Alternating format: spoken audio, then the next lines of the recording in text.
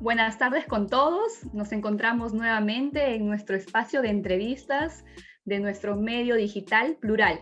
En esta oportunidad contamos con la presencia del doctor José Salardi, quien es economista y magíster en administración con experiencia en gestión pública y en temas de saneamiento, infraestructura y pymes. Así es, nos encontramos con el doctor José. Doctor, ¿cómo se encuentra usted? Buenas tardes, Ceci y Osmel, muchas gracias por la invitación. Agradezco a Plural por este espacio. Todo muy bien, felizmente, y encantado de poder conversar con ustedes a lo largo de esta entrevista. Bien, doctor. Estando ya en este escenario, ¿no?, de la segunda vuelta y habiendo escuchado a los equipos técnicos, nos gustaría saber cuál es su opinión acerca de los planes de gobierno, tanto de Pedro Castillo como de Keiko Fujimori. Y definitivamente en esta segunda vuelta, a lo largo del poco más de un mes, vamos a estar escuchando las distintas propuestas. Están bien claras las orientaciones en cuanto a las medidas económicas que se van a sacar adelante, ¿no? Estamos en dos aristas bien contrapuestas. Vemos un poco la apuesta de Fuerza Popular por continuar con la línea seguida en los últimos 30 años, entre una economía de mercado con énfasis neoliberal, la cual requiere ciertos ajustes, pero en la medida de lo posible siempre han ayudado a que el país avance de manera ostensible. Uno evalúa, digamos, los resultados en las diferentes variables económicas, diferentes aspectos del país, y ver una mejora importante en estos indicadores que han permitido a Perú tener logros tangibles en relación a la lucha contra la pobreza, en avanzar en materia de crecimiento económico, en añadir valor a la economía, en tener mayores valores exportados hacia el mundo. Y en definitiva, ¿no?, uno hace una mirada integral de los indicadores económicos y se va a encontrar con cifras positivas. De hecho, golpeada en los últimos años como efecto de una pandemia que sorprendió a todo el mundo en general y de que el Perú no pudo extraerse, pero que indudablemente igual el hecho de tener una fortaleza macroeconómica también ayudó a poder un poco resistir más las condiciones que se dieron de este golpe que se tuvo en los últimos poco más de un año que ya tenemos conviviendo con la pandemia, ¿no? En contraparte tenemos otra propuesta del Partido Perú Libre, liderado por Pedro Castillo, que definitivamente plantea iniciativas económicas que, tal como están escritas hasta el momento, definitivamente nos van a hacer retroceder en lo avanzado. Y el Perú, digamos, ya no está para darse el lujo de perder más tiempo y retroceder en esa línea de acción, sino que lo que el Perú debe seguir apostando es un avance hacia el crecimiento en el mediano y largo plazo sostenido para poder tener cada vez salir más de los niveles de pobreza en los que todavía convive un porcentaje importante de la población, de tal manera que podamos aspirar más a ser un país que, de pasar de ya en desarrollo, a ser un país desarrollado y poder tener otro estándar a nivel de ingresos per cápita, a nivel de avances en materia de infraestructura, la posibilidad de que todos podamos estar teniendo una conectividad distinta a nivel de país y poder en esta gran coyuntura global que se tiene de competencia entre mercados y entre países, tener una mejor posición de competitividad que permita al país también ser cada vez más atractivo en materia de inversión. Lamentablemente, las líneas de acción vistas hasta el momento y planteadas por la iniciativa de Perú Libre van en contra de ello y más que nada plantean ideas que de una otra manera suenan hoy en día trasnochadas y que no han tenido, digamos, un éxito tangible en toda la historia económica que se puede haber visto, ¿no? Y tenemos vecinos aquí en la región que también han optado por esa línea de acción y que lamentablemente no han logrado los resultados esperados, y lo que se ha hecho básicamente es destruir valores de esas economías antes de poder avanzar y optar por una línea de mejora para la población. Es preocupante, doctor, como dice usted, es una agenda prácticamente que se ha desarrollado a lo largo de toda Latinoamérica. Tenemos el caso de Argentina, el caso de Bolivia, el caso ahora de Colombia, Chile, que está en crisis. Ahora, ya entrando un poco al sector productividad, en el tema de lo que es los emprendedores peruanos, estamos reactivándonos, por decir así, este último año, después de una crisis espectacular, la pandemia. ¿Cómo usted ve este sector en el largo plazo, ¿no? Tal vez a medio año, a fines de año, al próximo año? ¿Cuál cree usted que sea la proyección de los emprendedores peruanos? De hecho, va a depender mucho de quién se instale el 28 de julio próximo, ¿no? Si vamos por una línea de continuar con la línea de acción seguida hasta el momento, comentaba yo de nuestro modelo económico, y se hacen los ajustes que siempre se deben requerir porque todo es perfectible en el tiempo y nos puede permitir obviamente Ya desde años atrás se ha cuestionado mucho el hecho de que se ha un poco sobreregulado la economía y hay que comenzar a soltar bastantes aspectos para permitir que la dinámica de crecimiento retome tasas importantes que son las que el Perú requiere. Seguir en esa línea va a permitir también que la pequeña microempresa, los emprendedores del Perú puedan tener una recuperación más rápida, ¿no? Recordemos que también el golpe ha sido muy fuerte. Han habido diversos planes de acción para poderlos apoyar desde fondos que han salido del Estado, como el FAIMIPE, bien focalizado al sector, y que han buscado un poco de dar ciertas ayudas y dar condiciones crediticias para que se pueda pasar esta temporada complicada de la crisis. Pero lamentablemente recordemos que Perú tiene mucha cuota de informalidad aún, ¿no? Esa alta informalidad también juega en contra de esta reactivación rápida y también ha expuesto mucho más esas debilidades que todavía tiene el modelo por mejorar. En esa línea de continuar las condiciones y los ajustes requeridos, hay mejores expectativas para este crecimiento importante. Inicialmente se esperaba que este año el efecto rebote de la economía después de la caída del 2020 permitiera crecer un PBI en niveles cercanos al 10%. Quizás crezcamos un poco menos porque este ruido político de las últimas semanas de una otra manera también ha parado ciertas decisiones de inversión, ya un poco llevó a esta turbulencia que vivimos en estos momentos, pero superado ello, si todo sale para bien, indudablemente creemos que el segundo semestre puede ser bastante auspicioso, comenzar a recuperar la actividad económica, también el avanzar en el tema de la salud, el tener que seguir con toda la campaña de vacunación masiva a nivel nacional, comienza también a permitir que la reactivación sea con más confianza y con más seguridad, ¿no? Y eso ayudaría a que estos pequeños emprendimientos nuevamente permitan salir progresivamente de esa difícil situación que les tocó atravesar. Así es, doctor Salardi. No solo quizás en el tema de salud y economía nuestro país se ha visto afectado, ¿no? También tenemos en el tema de agua potable y alcantarillado, ¿no? ¿Cuál es su opinión al respecto de la propuesta presentada por Fuerza Popular sobre agua para ti? ¿Qué opina al respecto de esa propuesta? En general sabemos que desde gobiernos atrás se ha estado planteando la iniciativa de poder llevar la cobertura y el acceso universal al 100% de la población. Pero bueno, por diversas circunstancias este proceso no se ha podido concretar. Todavía tenemos ya más de 3 millones de peruanos sin el acceso a los servicios.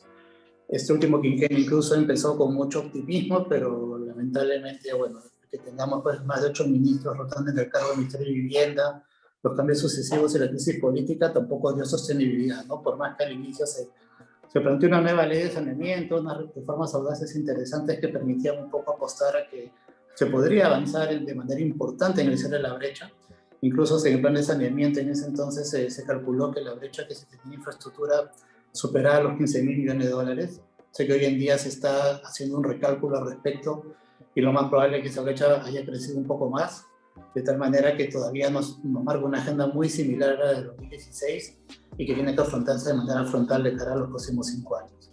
La propuesta de Fuerza Popular es interesante, pero indiscutiblemente hay varios temas que hay que tomar en cuenta, ¿no? Uno, que el sector ya ha venido avanzando de una u otra manera con fomentar inversión privada con participación importante en diferentes proyectos, tanto de plantas de tratamiento de aguas residuales como de plantas desaladoras para poco abastecer el tema de agua potable. Hay cerca de más de 15 proyectos que hoy en día están en diferentes etapas avanzando a nivel del ministerio. Bueno, es otro tema que también la ley APP va a tener que tener ciertos ajustes para poder también ayudar a que la dinámica de estos proyectos pueda madurar dentro de las expectativas que tiene la población de poder contar con el servicio. Y está claro que el gobierno también por sí solo, digamos, en una coyuntura también con un golpe fiscal importante por los menores ingresos que se recaudaron como efecto de la pandemia, va a llevar a que se tenga que buscar apalancamientos adecuados, ¿no? Que vengan también de parte del sector privado y vaya de manera conjunta con la apuesta que pueda haber a nivel de inversión del sector público. En esa línea de acción va a ser importante que de un inicio se planteen medidas concretas y específicas que permitan avanzar ahora sí en un cierre real de la brecha. El marco legal, en cierta forma, para lo que es el sector de saneamiento, no requiere mayores ajustes, cosas muy puntuales, pero en cierta medida las bases están sentadas para tener un esquema que permita ayudar a avanzar en el cierre de brecha, en mejorar también la gestión de los prestadores de servicios que son, tenemos 50 empresas a nivel nacional y prestadores también en ámbitos menores municipales, que no quizás todavía tienen una brecha importante de cara a la calidad de servicios que deben darle a la población. Recordemos que también hay 20 empresas intervenidas aproximadamente por el OTAS, que también requieren dar distintos resultados porque ya tienen años de intervención y todavía no se ve, digamos, que esto en materia de indicadores tenga un cambio sustancial. Entonces son varias aristas por las cuales se tiene que tocar y se tiene que comenzar un poco a avanzar en el cierre de brecha, incluyendo, por ejemplo, hay muchas obras paralizadas de importante envergadura en el sector, por ejemplo, ciudades como Chachapoyas, ciudades como Moyobamba, tienen proyectos integrales que quedaron paralizados en algún momento, habiendo sido ejecutados a niveles casi del 80%, que por pocos ajustes y con un enfoque claro de solucionar esos problemas, tranquilamente se podría llegar al acceso universal en esos sectores, en esas ciudades, perdón. Y obviamente es un tema, un enfoque de gestión que se tiene que dar en inicio con un diagnóstico claro para avanzar. Hay una combinación también en materia de los prestadores. En algún momento la nueva ley permitió también la opción de tener incursión de operadores privados, traer el expertise internacional para que aporten know-how a las empresas locales y también comparte y ayude a fortalecer las capacidades de los equipos técnicos de las EPS. Incluso en su momento se publicó un reglamento y se normó la posibilidad de poder incorporar estos operadores, pero bueno, por decisiones políticas en un determinado tiempo, el ministro de turno optó por derogar esta iniciativa, y son temas que deben rescatarse, nuevamente implementarse y poder cuando ello apostar a que mejore la prestación, en la calidad de los servicios de manera eficiente comience a prosperar en las diferentes partes del país. En esa línea sí es bien marcado, el plan de Fuerza Popular toca más el tema del agua que el tema del proyecto Castillo. Sin embargo, igual hay ajustes que hay que hacer, temas que hay que rescatar, no todo va a ser gobierno a gobierno, que tiene una propuesta interesante que se lanzó parte del equipo técnico, pero que bueno, hay que ver cómo realmente para el sector puede aterrizar empaquetando proyectos y pudiendo lanzar de manera que todos tengan un enfoque de cierre de brecha en las distintas regiones del país. Ahora, doctor, ya estamos hablando del agua, estamos hablando de que hay una gran brecha en infraestructura. ¿Usted qué programa o qué proyectos cree que se debe implementar en el tema de vivienda? Que también es importante, porque esta brecha no solamente abarca el tema de agua, sino también entendemos que también abarca el tema de lo que es vivienda. ¿Cuáles son los programas que usted cree que debería impulsar el próximo gobierno a partir del 28 de julio? Yo creo que el Fondo de Vivienda, desde que nació, como fue impulsado en el tiempo, dio resultados importantes. Creo que todavía hay una opción de hacer algunos ajustes ahí y darle un nuevo impulso. Sabemos que todavía el déficit habitacional es importante en el país.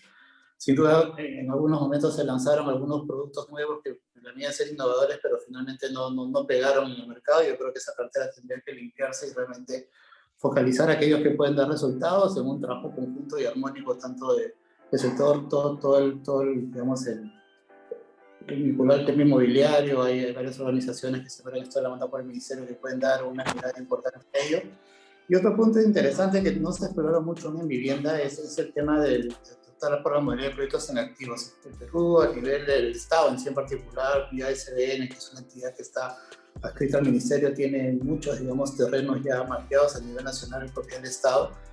Y creo que se puede, con una buena estrategia interesante de convocar al sector privado, de comenzar a buscar zonas potencialmente interesantes para el desarrollo de vivienda, se podría mover nuestra modalidad de proyectos inactivos, que puede ser muy rápida y que puede permitir el desarrollo de proyectos interesantes a nivel nacional y comenzar con ello a avanzar en el cierre de déficit de viviendas. Recordemos, esta modalidad está siendo utilizada hoy en día en el Parque Industrial Lancón. Es un proyecto que esperemos que pronto se adjudique a nivel de preinversión. Son cerca de 750 millones de dólares que van a generar en un área interesante para tener un polo de desarrollo industrial. Pero así como se están moviendo este tipo de proyectos para parques industriales, incluso para cierto mejor de abastos, yo creo que también el hecho de tener identificados terrenos del Estado pueden ayudar a ponerlos en valor y poder hacer desarrollos interesantes de complejos de vivienda que todavía faltan a nivel nacional. Claro, muy acertada y reflexiva su respuesta, doctor Salardi. Sin embargo, también es importante ver el tema de las pymes, ¿no? Se dice pues en el país que existe un porcentaje significativo de las pymes que aportan al desarrollo de nuestro país y que generan empleabilidad a millones de peruanos, ¿no? Y en esta pandemia se han visto muchas pymes afectadas, ¿no? Entonces, ¿cuál sería la política que deben implementar estos dos partidos, ¿no? Porque puede que uno de estos dos llegue a ser gobierno. Entonces, ¿qué políticas o medidas deben implementar en este sector de las pymes? De hecho, es un tema que hay que trabajarlo desde múltiples aristas, ¿no? Comentaba hace un momento el tema de la informalidad, como lo desarrolló el tema en el Perú. Obviamente hay que preguntarnos por qué se raíz de la informalidad. De repente el Estado también ha contribuido en alejar un poco a las empresas con las diferentes regulaciones que se establecen a poder ser partícipes de ello. Por eso una medida, por ejemplo, como la de Fuerza Popular, que plantea prácticamente dar un periodo de gracia para el pago de impuestos a aquellos que se formalicen, es muy interesante. Cuando estuve en el Ministerio de la Producción nos tocó también ver un poco ese tipo de alternativas. Y bueno, es un debate que va a tener que hacerse un análisis costo-beneficio directamente con las áreas involucradas en el Ministerio de Economía y Finanzas. Y ahí yo creo que va a salir claramente que a Perú le favorece más dar este periodo de gracia para sumar a quizás cerca de 2 millones de empresas que están en el ámbito a nivel de pequeña y microempresa vinculadas con la informalidad, ¿no? Y que también el hecho de pasar a ser formales le va a permitir también conocer la serie de beneficios que se pueden dar, ¿no? Desde el hecho de poder tener acceso a recursos, lo cual fue complicado. Aspectos como reactiva, por ejemplo, muchas pequeñas empresas por el hecho de estar en la informalidad no pudieron acceder. Adicionalmente también hay muchas capacitaciones, hay muchos fondos no reembolsables que también el Estado tiene para este segmento, que quizás falta marketearlos un poco más para que sean de conocimiento estándar a nivel de este segmento de la pequeña y microempresa. Y complementariamente con ello hay que tener en cuenta que el Perú, región que uno visite, región en la cual va a haber todo un potencial interesante de competitividad. Entonces, allí, por ejemplo, uno se va paseando zonas como Huancavelica, que aparentemente son las zonas más golpeadas del Perú, con menores indicadores sociales, pero uno ve la cantidad de riqueza que uno puede encontrar ahí y sacar adelante, y definitivamente lo que queda como es cuestión de gestionarlo, trabajarlo y dar las condiciones adecuadas para que esto se promueva y comience a avanzar. Desde el punto de vista de poder también industrializar muchos productos que tienen ahí que también necesitan ventanas para salir de ese mercado, no solamente local, sino internacional, y estoy convencido de que hay en distintas regiones productos interesantes y cadenas productivas que pueden tener ese salto interesante. Por ejemplo, el Ministerio de la Producción tiene una cadena de CITES a nivel nacional que ayudan y dan el soporte y complementan muy bien para que las micro y pequeñas empresas puedan avanzar en el tema de productividad, en el tema de competitividad, mejorar cada vez más en poder tener productos óptimos que el mercado pueda demandar. Y en esa línea creo que no hay por qué no tener este tipo de iniciativas interesantes en distintas regiones, incluso entrando en las regiones en provincias donde está muy focalizada la especialización. Por ejemplo, en Nueva Cajamarca, encuentran que en la región hay provincias como por ejemplo San Ignacio, donde hay un potencial interesantísimo para la acuicultura, que es otro de los motores que Perú debería empezar con una ley de promoción a apuntalar de manera importante, porque no solamente llegaría a regiones como Cajamarca, sino toda la selva podría tener un potencial interesante de desarrollo utilizando el tema de la acuicultura. Igual sigue pasando por Cajamarca y va a encontrar zonas en otras provincias donde va a haber el tema forestal, donde va a haber la posibilidad también de tener un clúster lácteo para poder sacar productos diversos en ese sentido. Y todo eso ya generado por pequeñas empresas, ¿no? Que en el tiempo, en la medida que se haga un poco, se dé el apoyo suficiente y el Estado tenga la visión para poder trabajar de manera articulada a nivel de gobierno central, con los gobiernos regionales, con los gobiernos municipales y con los emprendedores de la mano, se puede comenzar a generar polos interesantes de desarrollo que aporten económicamente recursos a la economía y permitan generar empleo y permitan tener un círculo virtuoso. En esa línea, por ejemplo, los parques industriales, hoy en día hay una cartera de cerca de 19 parques industriales a nivel nacional como ejes de desarrollo para todas las regiones. Va a ser importante implementarlos de tal manera que con eso también se pueda un soporte y tener los espacios adecuados para que esta pequeña empresa pueda irse desarrollando y generando ya una dinámica de crecimiento en el tiempo. Siempre toda microempresa aspira a ser pequeña en un momento, luego a ser mediana y ojalá algún día sea grande. Y seguir esa curva de crecimiento lo único que va a hacer es ayudar a que el país también salga beneficiado por los múltiples impactos positivos que ello tiene tanto para la generación de valor o de creación de riqueza en el país. Doctor Salardi, si me permite, yo me quería hacer una pregunta en esa línea. Sumado a ello, ¿no? Esta coyuntura, esta crisis de la pandemia nos ha traído, los peruanos pues se han visto también o han aflorado su capacidad de innovarse, ¿no? ¿Cómo cree o cuáles serían las formas de que se debe implementar el gobierno electrónico de las pymes? ¿Cómo se debería implementar, no? Sí, definitivamente dentro de lo positivo que trajo también el efecto de la pandemia es que el Perú ha podido avanzar mucho en la digitalización, ¿no? Sin duda llevó a que de manera forzosa por las condiciones que tenemos de un encierro inicial y la apertura progresiva que se fue dando después, a tener que impulsar temas como el gobierno electrónico, temas como el comercio electrónico también desde el punto de vista empresarial. Y son aspectos en los que muchas empresas pequeñas han comenzado un poco a desarrollarse y avanzar de manera importante. Entonces, esta transformación digital en el mundo nuevo que nos ha planteado post pandemia va a ser fundamental. O sea, ahí sí es un tema en el cual, de hecho, hay una entidad especializada respecto en el PCM que tiene que ver con gobierno digital y también que apoya en esa línea de Perú digital. Y a nivel de los ministerios también, que se está trabajando conjuntamente, el caso del Ministerio de Producción trabaja conjuntamente con los diferentes segmentos de las pequeñas empresas, por ejemplo, como el nivel de las bodegas. Tenemos bodegas como 300.000 bodegas a nivel nacional. Se hizo todo un catálogo interesante para que se pudieran registrar y comenzar un poco a vender esos servicios y aprovechar estas oportunidades. Nos pasó también los conglomerados, ¿no? Aquí si vemos en Lima tipo Polvos Azules, tipo Mesa Redonda. Opción también de comenzar a incursionar en el e-commerce y tener catálogos digitales con otra apuesta también para trabajar conjuntamente con ellos y permitirlos llevarlos en esa ruta.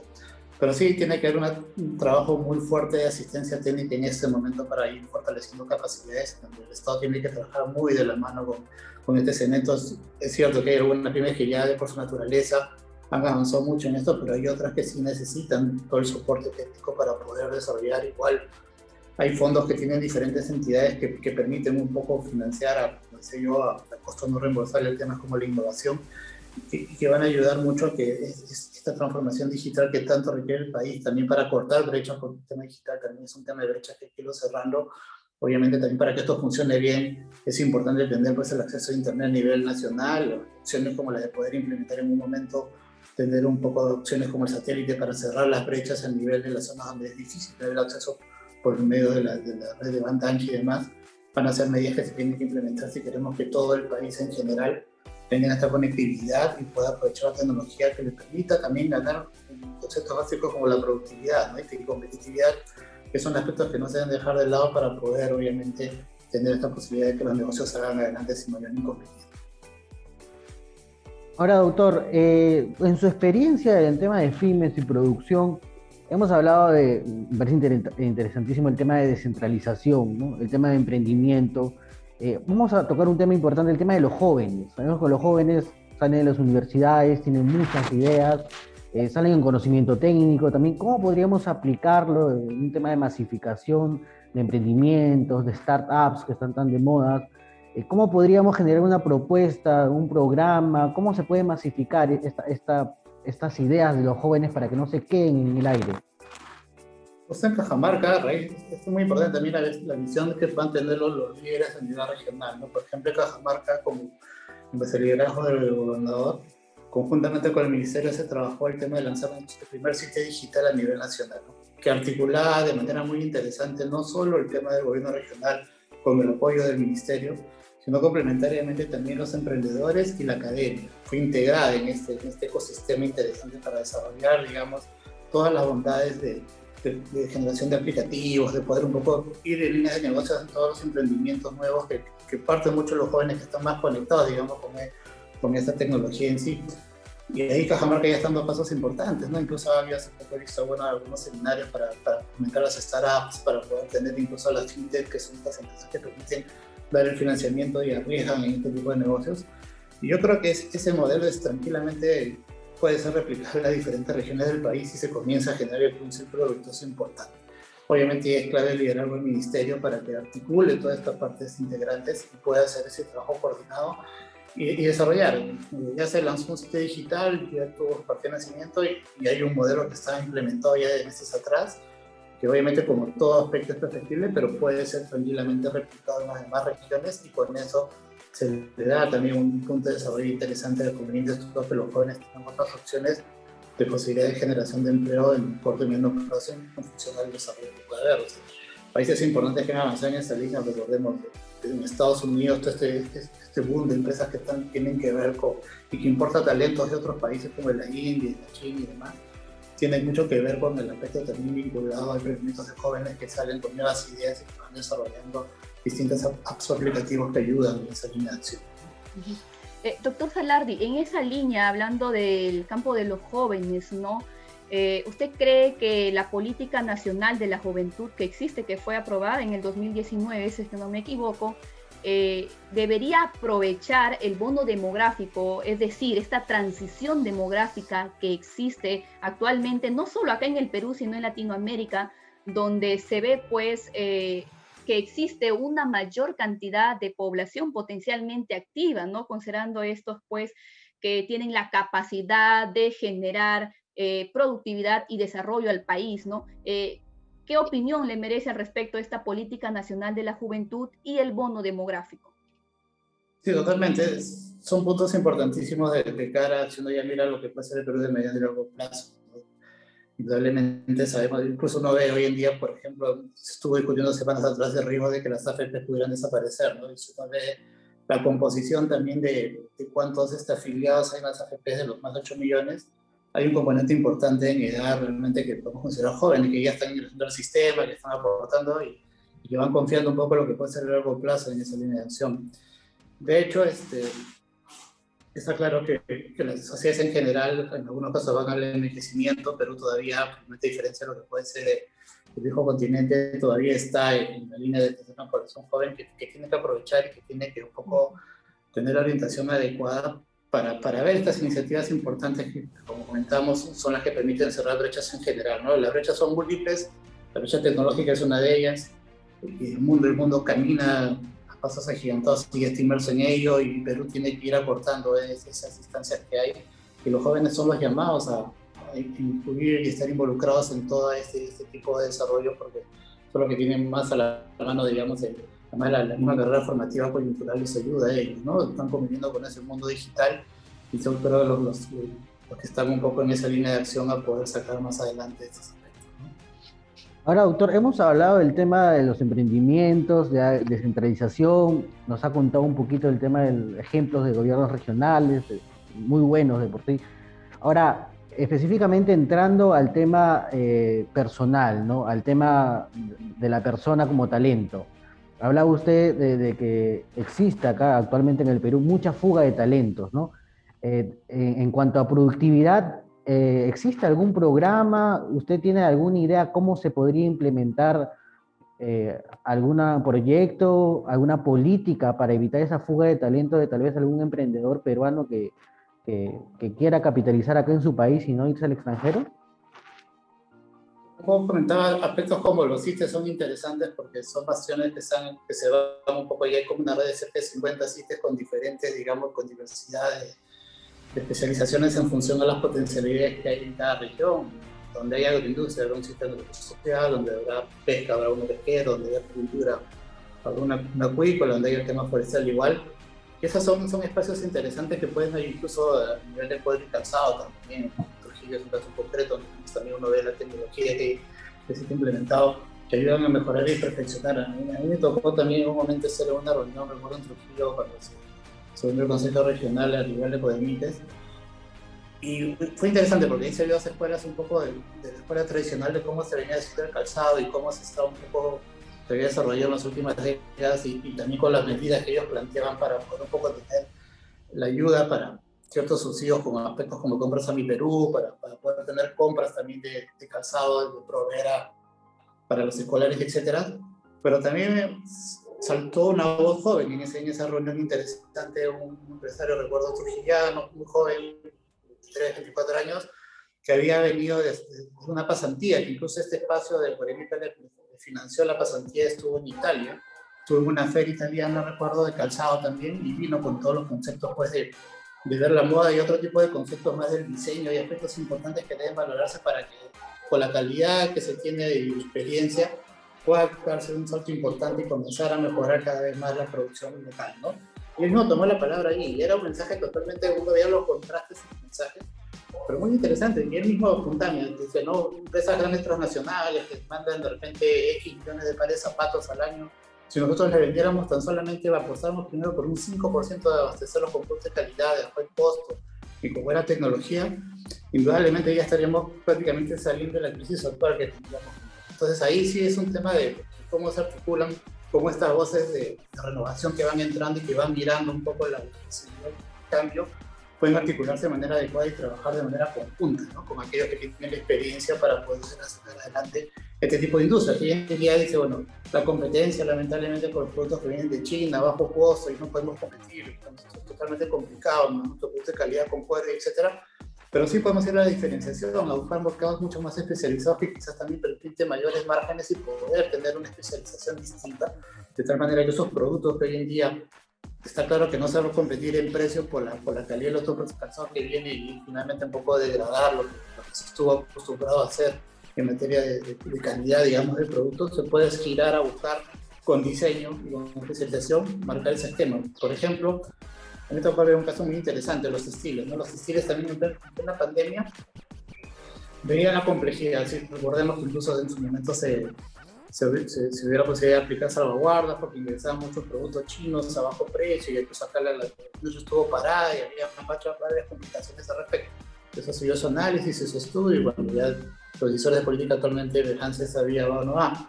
Pero al margen de ellos, en ese entonces, es interesante que las empresas, las más grandes del Perú, las 10 textileras más grandes del Perú, que le proveen a las grandes marcas globales, porque exportan al año entre 1.000 y 2.000 millones de dólares y le venden a las marcas grandes de lujo a nivel internacional, se juntaron para hacer un nuevo gremio y darle una mirada distinta y decir, bueno, nosotros ahora como textiles que buscamos hacia adelante. No vamos a poder ir compitiendo con China, ¿no? Con los diferentes países como Centroamérica, con la maquila que hay allá. Entonces, pero el Perú tiene mucho que vender. El Perú, por ejemplo, tiene una marca ancestral que vender, tiene una cultura que vender, y puede salir al mundo también, tiene una calidad también de producto con el algodón prima que vender. Entonces, en esa línea habían hecho toda una estrategia, incluso encargaron a una consultora reconocida a nivel internacional un estudio para que le haga un análisis de competitividad y de ver las ventajas competitivas que podría tener este segmento y dónde debería posicionarse en el mundo. Y eso le indicó que el producto peruano tenía que ser un producto de alta calidad, que va a costar, pero que hay un mercado de lujo para ello que lo puede absorber sin ningún problema y que además tiene una historia milenaria que vender. Entonces, ahí hay un trabajo interesante entre este nuevo gremio que ha nacido, que está empezando un poco a articularse, y yo creo que ahí va a dar mucho claridad en el mediano y largo plazo. Y de igual manera, si uno va, por ejemplo, me tocó en un viaje por Puno, y en las alturas de Puno, en zonas recónditas, encontrar una calidad pues, de cómo se fabrican, se diseñan las chalinas que hay, y diseñadores peruanos que ya iban a la zona y que habían encontrado esta calidad de artesanos que están desarrollando este tipo de productos y que estaban buscándole mercados internacionalmente y que tranquilamente podían ser competitivos. Entonces, yo creo que son aspectos que, como digo, ese trabajo articulado de la mirada regional, municipal, de entrar a buscar los focos de competitividad y de productos interesantes que tenemos que hacer que debe un poco empezar a tejerse de una manera distinta. Y haciendo planes de acción concretos se puede tranquilamente sacar adelante y eso también va a apoyar a tener avances sustantivos, ¿no? Hablamos de infraestructura, y la infraestructura es importante por la conectividad, para poder también generar empleo, aportar crecimiento a la economía, tener todas las condiciones para que todo este cambio interesante de productos puedan salir a los mercados y puedan comenzar un poco a ponerse en valor. Así es, doctor Salardi. Usted ha mencionado sobre el tema de las medidas de salvaguardia, ¿no? ¿Usted cree que Indecopi está realizando un buen rol frente a estas medidas de salvaguardia que muchos de los micro y pequeños empresarios invocan, ¿no? Para proteger, obviamente, su producto nacional, que se ve muchas veces amenazado con los productos chinos que ingresan al sector, en este caso, por ejemplo, de gamarra, ¿no? ¿Usted cree que Indecopi ahí está haciendo bien su trabajo? A lo mejor hay que quizás disminuir algunos procesos, trámites o cambiar o modificar la norma en este aspecto de medidas de salvaguarda. Yo considero, bueno, cuando un poco, a mí me toca estar en el ministerio cuando se hizo el planteamiento de poder activar las salvaguardas. Yo soy un convencido del libre mercado y de que obviamente las condiciones de competencia tienen que darse, pero siempre la cancha tiene que estar equilibrada para todos. No se trata de ser proteccionista, se trata de que simplemente estás en condiciones desequilibradas y tu industria local no puede competir, obviamente hay imperfecciones o fallas en el mercado que hay que corregir. En esa línea se veía, pues, ¿no? Toda una industria que fue cerrada de vuelta acá localmente y complementariamente uno podía ver si se paseaba por los conglomerados de Grau u otros, cómo llegaba mercadería importada sin ningún problema, e incluso también mercadería que venía con un precio mucho menor, porque al no haberse colocado, cerrarse en general el mundo, estos precios también comenzaron a bajar y eso generaba un problema adicional localmente. Entonces ahí fue que se activó el hecho de que La entidad que tiene que hacer el estudio es Indecopi y el sector respetuoso de ello pidió la solicitud para que se haga el estudio. Yo entiendo que el estudio arrojó, te digo en su tiempo, porque también a veces es complicado el poder recoger la información oficial en esa línea y primaria, ¿no? Hay todo un proceso para poderla tener a la mano y realmente verificar que este hecho se presentó tal cual, en materia estadística sobre todo, pero yo creo que finalmente el estudio de Indecopi, en los tiempos que ellos manejan y como está la normativa, arrojó que debería aplicarse esta salvaguarda, ¿no? Ya es una decisión, obviamente se escala al Ejecutivo, ya ahí habrá hecho su análisis, entiendo yo, quienes estamos un poco hoy en día a cargo de los ministerios y de la comisión tripartita ahí, que conforma el MEF, que conforma INCETUR y produce, y ellos tendrán que tomar la decisión al respecto, ¿no? Pero indudablemente, sí, bueno, y en general, comentabas tú, hoy en día, como les decía al inicio, los últimos años lamentables, de una u otra manera, el país ha entrado en una línea de sobreregulación que no le hace bien a la economía. Por ejemplo, yo recordaba un poco Luis Carranza, que estaba voceado en un probable gobierno de Fuerza Popular en nuestra economía. Yo recuerdo que cuando él estaba frente a la gestión, él era muy seguidor y de tratarse objetivos concretos para mejorar en este ranking que hace el Banco Mundial, que es el Doing Business, ¿no? Que es un mecanismo para ver cómo el clima de negocios y las condiciones son las adecuadas para que se den facilidades para que se pueda avanzar en materia de emprendimiento y desarrollo de empresas en el país. Y Perú tiene objetivos concretos y va cada vez mejorando en el ranking. Desde un puesto 50 fue avanzando hasta un puesto 25, pero hoy en día, si vemos el ranking, de hecho ya retrocedimos de manera importante. Entonces, sí, yo creo que eso se tiene que recuperar. Mirar, se ha hecho mucha sobreregulación que a la larga lo que ha hecho más ha sido entrampar los procesos. Por ejemplo, un caso concreto, en el tema de APPs, que hablamos de infraestructura. Un proyecto como la Petróleos Titicaca, que está yendo por esa vía, que va a permitir cerrar el problema de tratamiento de aguas residuales para todo lo que es las 10 provincias que están vinculadas al lago Titicaca. Prácticamente desde que el proyecto ingresó como propuesta a nivel de preinversión y hasta el momento que nosotros veremos que el servicio realmente se brinda a la población, que vea que se da el tratamiento efectivamente, van a transcurrir 10 años, ¿no? Entonces, yo creo que esperar 10 años para que un proyecto necesario madure y que de los 10 años prácticamente el 60 o 70% se quede trabado en tramitología pura y dura, indudablemente mata los incentivos para todos. No mata el incentivo, primero, generar descontento a la población y vemos cómo está el sector hoy en día, con qué posición, porque hay muchos proyectos que hace tiempo debieron estar maduros y dando servicios y teniendo servicios públicos adecuados, pero no se tienen por estos aspectos. Segundo, mete el incentivo también para el inversionista potencialmente interesado en el Perú, porque el Perú compite por capitales con todo el mundo y está claro que el Perú solamente con inversión pública no va a desarrollar. Perú necesita un fuerte componente de inversión privada, tiene que dar confianza y tiene que equilibrar bien ese ratio de inversión sobre PBI, tiene un gran componente de inversión privada y tiene que dar señales claras al respecto. Entonces, dar una señal en la cual acá el proyecto se demora 10 años para completarse, en relación a otros países donde de repente eso puede demorar 4 o 5 años, es muy difícil pensar dónde van a ir los capitales. Entonces, ese es otro aspecto que también es importante en desarrollar. Entonces, el Estado tiene que dar, yo creo, en esa línea de acción, si queremos que todavía el modelo no tenga problemas, ojalá, dependiendo cómo salgan las elecciones, probablemente en esta semana conseguiremos los resultados, pero en adelante, los quinquenios posteriores, asumiendo que seguimos en la misma línea, estos ajustes tienen que realizarse para poder lograr que realmente los impactos que se esperan se den en el momento oportuno. Si no, caso contrario, vamos a seguir con problemas de fondo, con problemas estructurales que nos están afrontando de la manera de vida, y con eso pues se dan las oportunidades de inversión, oportunidades de que la población tenga un servicio de calidad como merece y de que el Estado conecte mejor con las diferentes instancias de nivel nacional. Ahora, doctor, estamos preocupados por lo que pueda hacer el próximo gobierno. Usted ha mencionado el tema de la decisión política, ha mencionado el tema de lo que es la brecha en infraestructura. Yo le quería preguntar acerca del Fondo de Inversión del Agua Segura. ¿Por qué si tenemos un fondo como este todavía tenemos tantos peruanos que no tienen agua? Sí, el fondo nació también en el marco de la delegación de facultades que salió a fines de 2016. Una de las interesantes reformas que fue un poco tener este fondo de agua segura que en realidad nada, o sea, todo otro fondo que estuvo en su momento también aprobado durante el segundo gobierno de Alan García se aprueba, el Inversan, que también fue una iniciativa muy interesante para tener un fondo que ordenara las inversiones en el sector. Tampoco se pudo implementar como se esperaba. Posiblemente este fondo rescató la historia del Inversan, se tomó para poder impulsarlo se reglamentó, se hicieron criterios internos en el ministerio, pero bueno, en proceso de implementación, a veces de repente quienes asumen temporalmente los liderazgos en el ministerio no tienen la misma visión y quedó ahí encarpetado. Y de repente los que sucedieron en el cargo no lo conocían o no lo entendían simplemente y el fondo está ahí. Y era un fondo muy interesante porque replica mucho también la experiencia de México. Tiene un fondo que es el FONADIN, que es un fondo que es exitoso para apalancar las infraestructuras en México, y México ha habido un avance interesante en las últimas décadas en materia de APPs y concursos de prestación de servicio.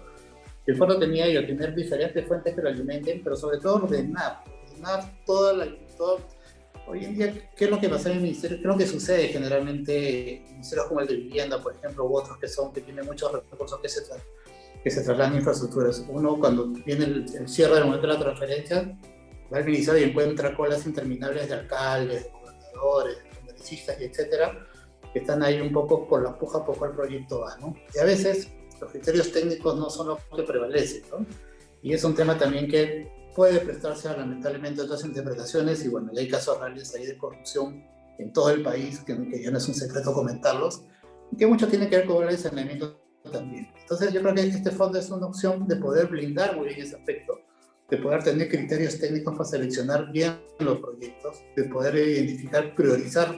Como les digo, la plata del sector público, lamentablemente, en un buen año para agua y saneamiento, así extraordinario, han sido 5.000 millones lo que se han destinado para inversiones. La media es 3.000, 3.500 millones de soles, y la brecha es más de 50.000 millones. Entonces, definitivamente, en esa línea de cómo se van asignando los recursos, va a haber descontento, porque a todos no se les va a poder dar los recursos, y cerrar la brecha solamente apostando por la inversión pública va a demorar cerca de 2 décadas. Entonces, por eso decía yo, hay que apalancar y también hay que tener medidas ingeniosas para que el sector privado también ingrese, para ver otros mecanismos complementarios, no solo a las APPs, ese gobierno también con endeudamientos concertados con países importantes a tasas bastante laxas a muy largo plazo, pueden ayudar a este desarrollo de cierre de brecha de infraestructura. Por eso el fondo en ese sentido es una herramienta muy potente. Por suerte está vivo, por suerte no se ha derogado, por suerte está la normativa. No he escuchado que lo hayan mencionado en ninguno de los candidatos hasta el momento, inclusive ni siquiera en la primera vuelta.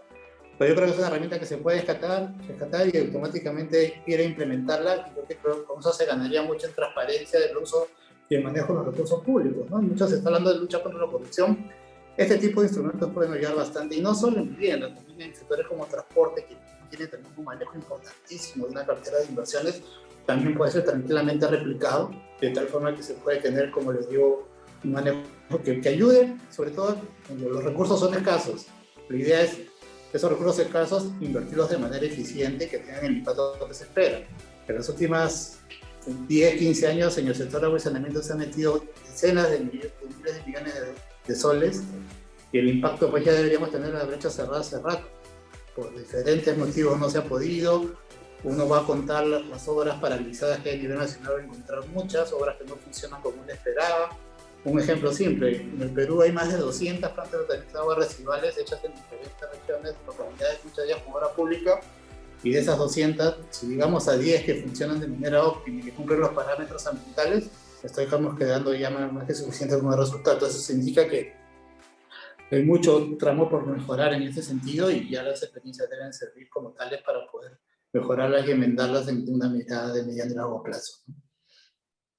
Sí, doctor Velarde, ya para ir terminando con esta entrevista que es muy importante, muy interesante, ¿cuál cree que ha sido el aporte, ¿no, de este programa de jóvenes productivos? Me parece jóvenes produciendo, si ha llegado, ha cumplido con sus objetivos, ¿no? O con las metas esperadas para el cual fue propuesto o creado.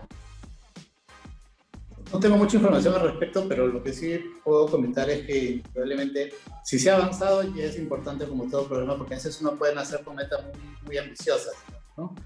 Si hay una experiencia transitada, aunque breve, es bueno ir mirando qué se requiere para hacer los ajustes requeridos y dar, digamos, de cara a la mirada de mediano y largo plazo qué nuevos inputs debe tener este programa, y seguir apostando, porque como les digo, los jóvenes están, puede ser redundante, pero es el futuro del país, y indudablemente hay que tomar medidas como estas para darles la posibilidad de cuanto más se capaciten, más puedan diversificar las opciones de producción, más puedan tener el emprendimiento, sobre todo en sus zonas de origen, y comenzar a generar las posibilidades de que la economía tenga un circuito positivo, yo creo que es bastante destacable en medidas como esta, ¿no?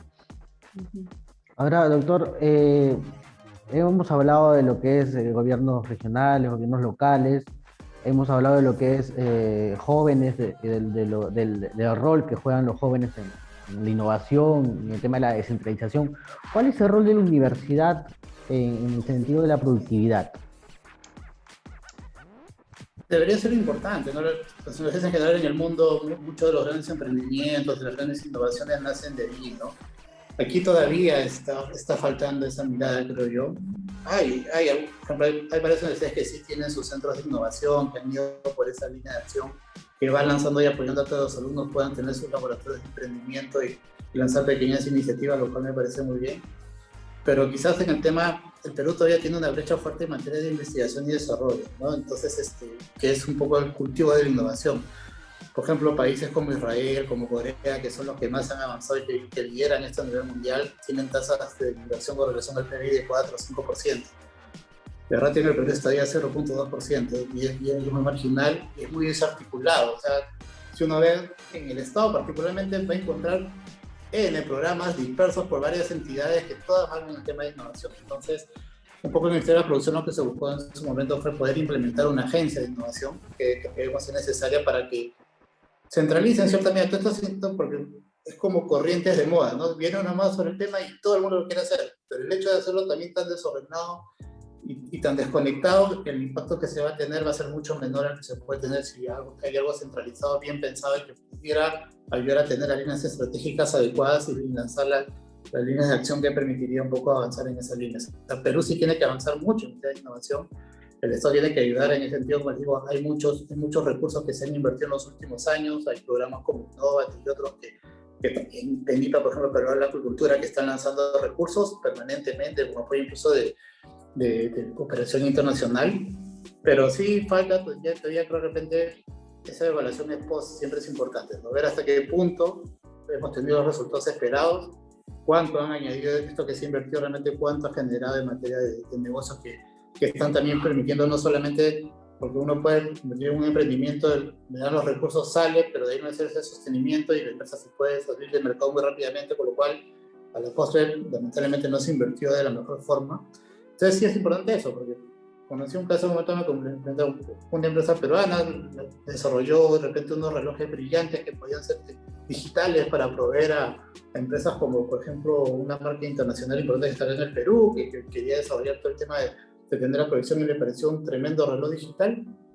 Y bueno, le hizo el pedido, necesito de estos 500.000, me alcanza solamente para darte 10, ¿no? Entonces, y se fue la oportunidad. Entonces, ¿qué implica eso? Que no solamente es importante dar el impulso para salir al mercado con el emprendimiento, sino que también hay que acompañarlo para pasar ese famoso valle de la muerte que se conoce, donde prácticamente muchas de las empresas pequeñas de emprendimientos quedan ahí porque no tuvieron el combustible adicional necesario para dar el salto, ¿no? Y el Estado debería cerrar todo ese circuito, tiene que también de una otra manera tener la forma de ayudar, porque si finalmente esa empresa sale más adelante y se genera valor posteriormente, el Estado también es un gran beneficiado, porque eso va a pagar impuestos, va a generar empleo, va a traer riqueza para el país. Entonces son varios aspectos positivos que tienen que mirarse con esa óptica, ¿no? Es una necesidad también que el Estado esto no lo vea como un caso, como lamentablemente ha habido mucha miopía de repente desde quienes un poco de una mirada muy fiscal, muy de Hacienda, del Ministerio de Economía en los últimos tiempos, no te da esa mirada de que el Perú también de desarrollo que tiene que invertir y apostar, porque es una manera de, también en la larga, el costo-beneficio como país y el flujo de caja como país va a ser mucho mejor dándole un apuntalamiento a este tipo de iniciativas, ¿no? Así es, doctor Salardi. Muchísimas gracias por su participación y compartir este espacio de entrevistas en plural. Así también agradecemos a nuestros seguidores que se han conectado para ver esta importante entrevista del doctor Salardi. Bueno, nos vemos muy pronto. Muchísimas gracias. Gracias a ustedes. Todos los éxitos para Plural. Gracias. Hasta la próxima. Gracias.